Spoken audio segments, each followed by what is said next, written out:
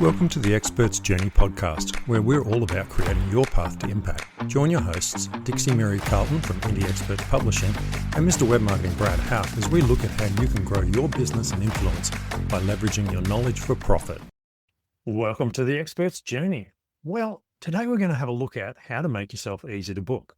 There's so many things that we can be doing to improve our businesses, but one of the most important things we can do is make it easy for people to find us, to understand what we do, and to book us. And often we do make that difficult because we put so much information out there that it's hard for people to find the process to follow to book us. So we're going to break that down today and give you some ideas to help you make yourself more easy to book. Good morning, Dixie. Good morning, Brad. How are you today? Surviving winter okay? Yes, surviving just. For our listeners, Brad is in Australia in the Gold Coast, and I am currently in New Zealand, but heading back to Bali very shortly. And we frequently discuss the trials and tribulations of living in the climates that we both live in. So, well, it's a great topic that we're going to talk about today, because making yourself easy to book is something that most of us don't think about beyond, well, I've written the book, or I've created a speaker one sheet, or I've done all of these things with my content, but how do I make that meaningful? How do I get leverage on my content? And that's what we're going to talk about. Absolutely. So I thought we'd start off with looking at our books. If someone reads our book and wants to invite us to speak, is it immediately clear what topics you speak on? Because we put out our books across a whole range of topics, and sometimes they're a very specific niche of what we talk about. So how do we make our book better to indicate to people that we are available to speak and we do talk on different topics? Well, one of the things that I like to do with authors that I work with is ensure that we breadcrumb the concept, like Hansel and Gretel dropping breadcrumbs through the forest. You want to make sure that you breadcrumb throughout your book little snippets of information that tell the reader clearly, I'm a speaker, or when I was doing this workshop, or here's a case study to explain how this works when I do this kind of work. So you want to put yourself fully into your book and your content. That's the first thing. And then you also want to lead them very carefully, and I've talked about this a number of times on this series. You want to lead the reader very carefully to the end of the book, where there is the link to go to the website page where all of the magic really happens after the book. Absolutely. Breadcrumbing is really important, and there's lots of different ways to breadcrumb. To give you an example, when I first started speaking, I was talking about search engine optimization. And one of the things I used to do during my speech was use a live example of a client. And the funny thing was, even though I was showing results of a client, what would happen if you did SEO for your business, I was in fact saying, by the way, I take clients. Yes. And I think when you have a book and you put case studies and stories in there, you are breadcrumbing, but you're building it into the structure. So it's not like, hey, by the way, you can book me. And sometimes it's also necessary or highly recommended, not in all cases, but in many, when you're doing a book that is really closely aligned to a specific presentation or workshop that you do, to actually be very clear at various points throughout the book. Put a piece in there that says, by the way, if you want me to come and present this topic to your group or organization, or if you require this additional level of help, you can get this. Please just click through to page X, and there's where you can get all that information. So sometimes it's good to be blatantly obvious about your intent to connect with your readers beyond the book. And I don't think there's such a thing as over self-promoting. But if you are smart in how you do this, you can actually get some really good quality engagement beyond the book. And I think that's a really good reason to write the book. Absolutely. And there's other places you can breadcrumb too. So for example, on the back of your cover, you might have a picture of you speaking, or you might have some pictures in the book because your book has illustrations. And one of them is you on stage, or something like says, speaking at the such and such conference. Very subtly weave this stuff in. It's a psychological, not trick is not the right word, but a psychological way of approaching it.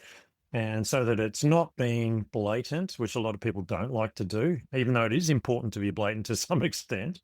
You can build it in through your content as you go, Yeah. if you're thinking about it and coming up with some ideas. So, yeah. You can be obvious and inspiring towards someone taking action without being blatantly self-promoting, which can be a real turn-off, obviously. But being obvious and inspiring, that's gently taking your reader or your audience member by the hand and saying, come with me on a journey. This is where we'll go next. And that's an easy thing to do. So really, essentially, you want to be thinking about when the reader finishes reading your book, that you have a call to action page that they will go directly to from the end of the book, where you might have them download some extra resources, sign up for whatever, obviously go directly to or see more of you speaking on stage or some examples of when you are presenting. So making that easy for them to find rather than only sending them to your website where they still have to do lots of navigating. So your call to action page helps with that navigation process. But then you also want to make sure that you've got your bio and your topic titles and some video clips as points of action on that page. So you don't want to leave a lot of that to guesswork either. So that landing page that you're sending readers to at the end of your book should be very clear. This is me on stage. These are my topics. Download my speaker one sheet. Here's where you can go to my workshop page or my speaker page. So again, take them gently by the hand and lead them to exactly where you want them to go so they don't have to apply any guesswork. And that way you'll also build some fan base because people like to be treated gently. Absolutely. As I work a lot with speakers on their websites, and one of the key things I'll say to people is what's your most wanted response? Sometimes they want someone to download something. Sometimes they want them to get their one sheet, whatever. But if they don't have anything, I always push towards a button that says book Brad to speak or something like that. And that always goes in the top right-hand corner because that's the first entry point for 99% of people's mice when they enter onto a web page. And so it's the easiest thing to click.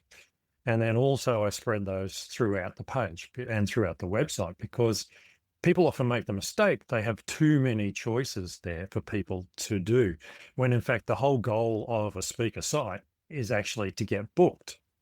Yes. The other goals are really secondary. They're there to back up your speaking. And so it's really important that you have these calls to action on a regular basis so that it is obvious to people what they should do.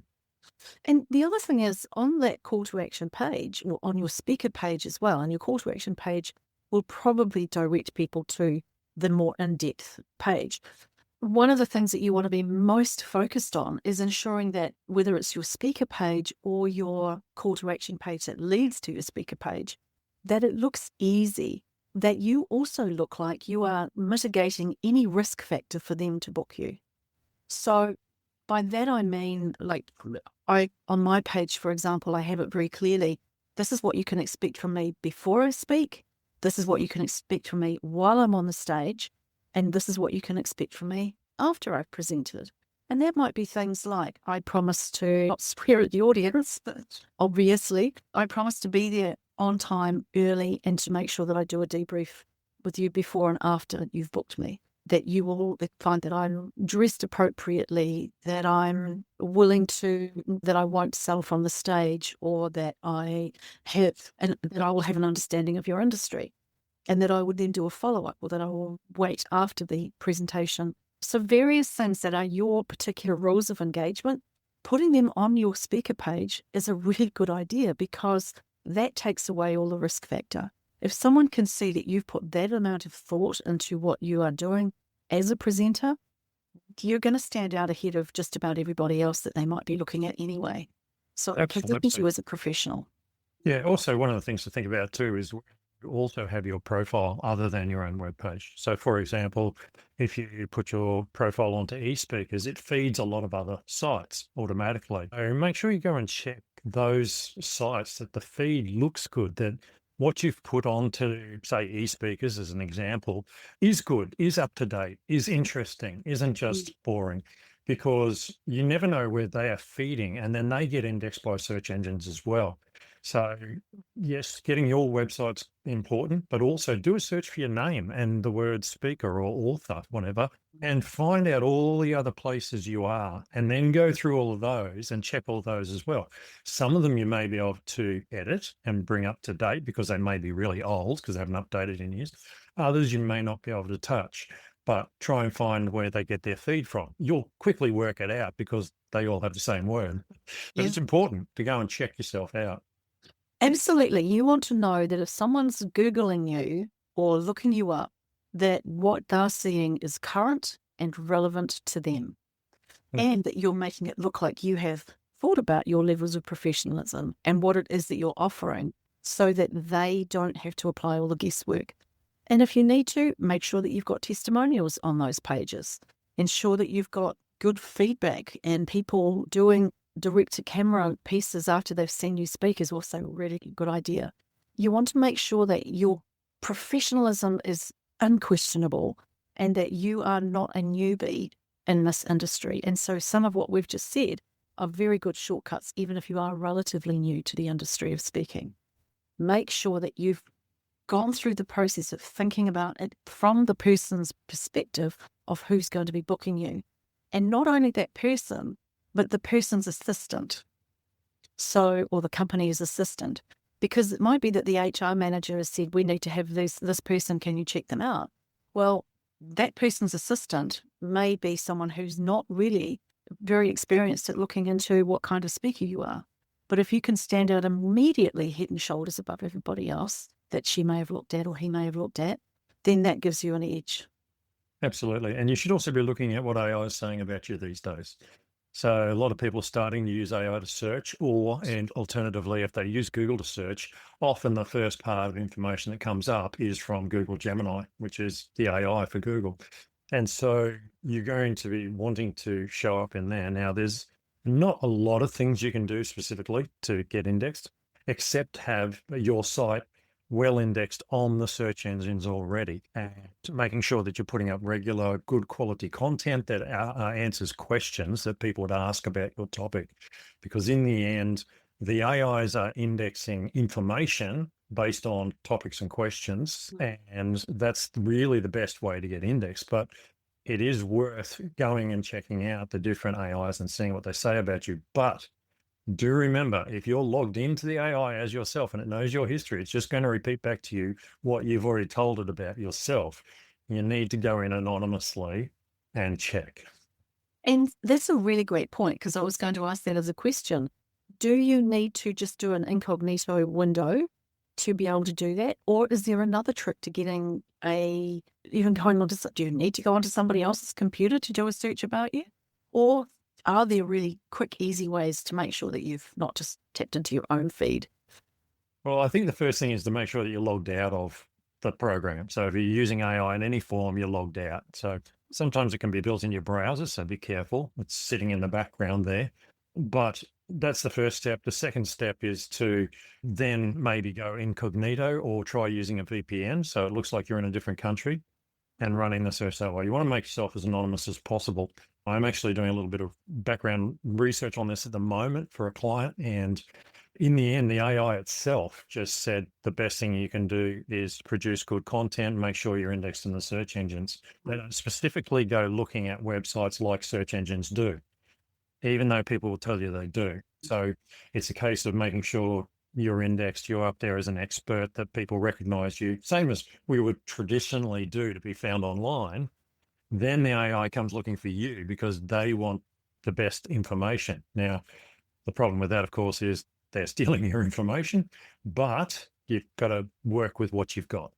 Yeah. One of the things that is often something we should ask ourselves is, what is making someone hesitate to contact or to book? What are the things, have you ever actually sat and asked someone who has booked you or has not booked you, or you've had a conversation with them and it hasn't resulted in anything? Sometimes you've got to do really direct customer service satisfaction inquiry. What is it that made you hesitate? Was it that the event didn't go ahead? Or is it that you had someone else who was better or cheaper or more interesting or more something or less whatever? Sometimes people will willingly, if you approach it the right way, they will give you the direct information that you need to improve your own marketing. And every now and then it's worth just picking 2 or 3 people that you have either engaged with that hadn't resulted in work and just say, well, what went wrong? What didn't work for you in terms of, was my website navigation too hard? Was it bad timing, a bad vibe? Did someone give me a negative review that I wasn't expecting that you would get?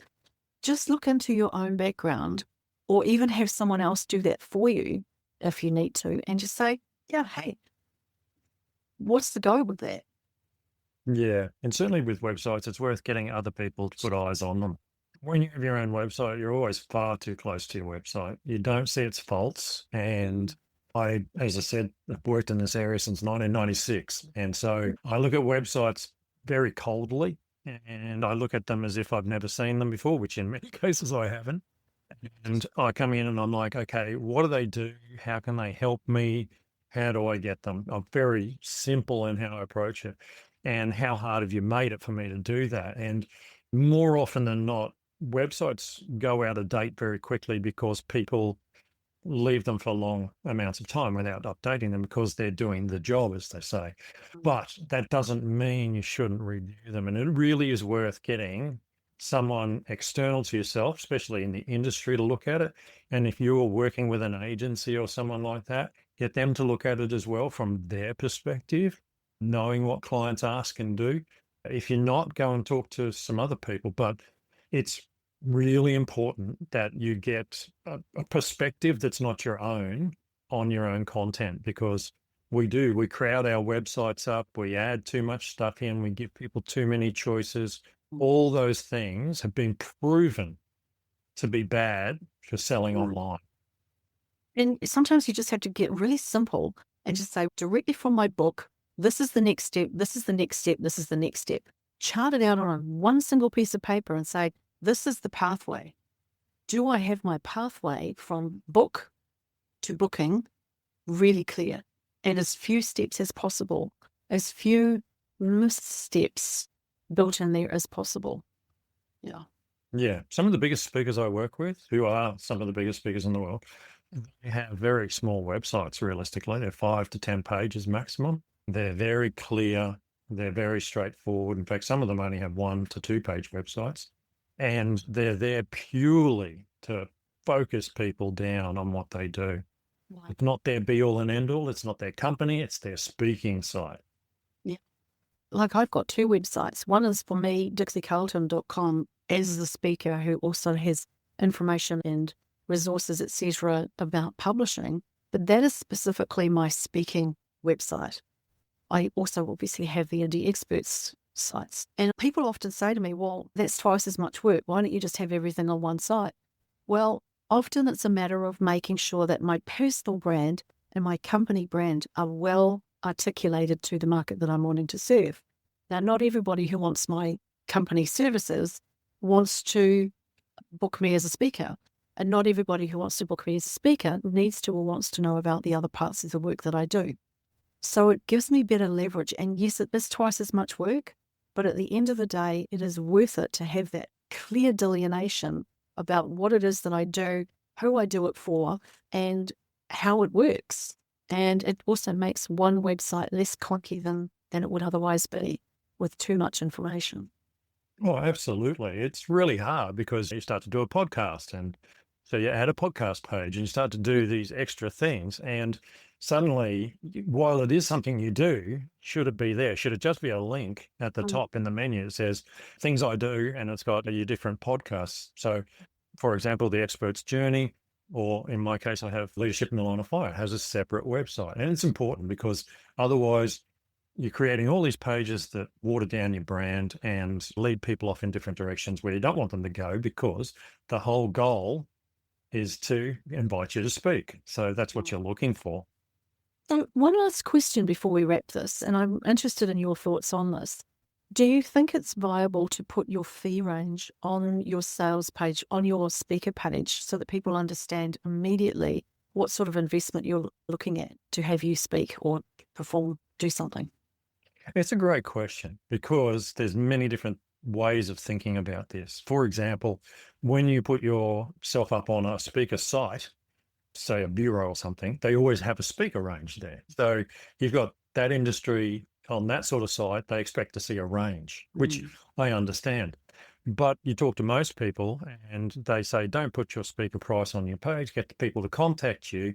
Then you can discuss with them what their budget is and what they want to achieve and try and work with them, if feasible, to make it work for you and for them. It is a hard question. But on the other hand, there's this side of me that says, well, I don't want tire kickers calling me who've got $1,000 when I'm a $10,000 speaker. That's also the other side. So I don't think there's a right or wrong answer. I think for your own personal site, I wouldn't put a range on there, but certainly with e-speakers and bureau sites, yes, you have to choose a range. And I think that's expected there. Yeah, that's a great answer. Look, if we've raised some things for you and you're thinking, how can I make this better for myself? Then we've got easy to use worksheets to actually help you really go through and unpack all of these things that we've been talking about today. So I encourage you to go and grab those worksheets and work your way through them, because you will find that some of what we've raised today, no matter how long you've been in this industry, it's always good to go back and recheck where you're up to, what you need to be still focusing on. And yes, it is an endless job marketing yourself as a speaker and as an author. But if you keep on top of it, and these are some of the ways that we want to help you do that, then it is less of a big job further down the line. Keep chipping away at it piece by piece. So go ahead and download those worksheets. And if you've loved our podcast, please rate it, share it, tell people about it, and give us some feedback. We love to hear what you're thinking of what we're putting out there. Absolutely. And if you need help writing a book, please contact Dixie at indieexpertspublishing.com. Or if you're looking for some help with your online marketing, contact me at bradhout.com. We look forward to seeing you in the next episode.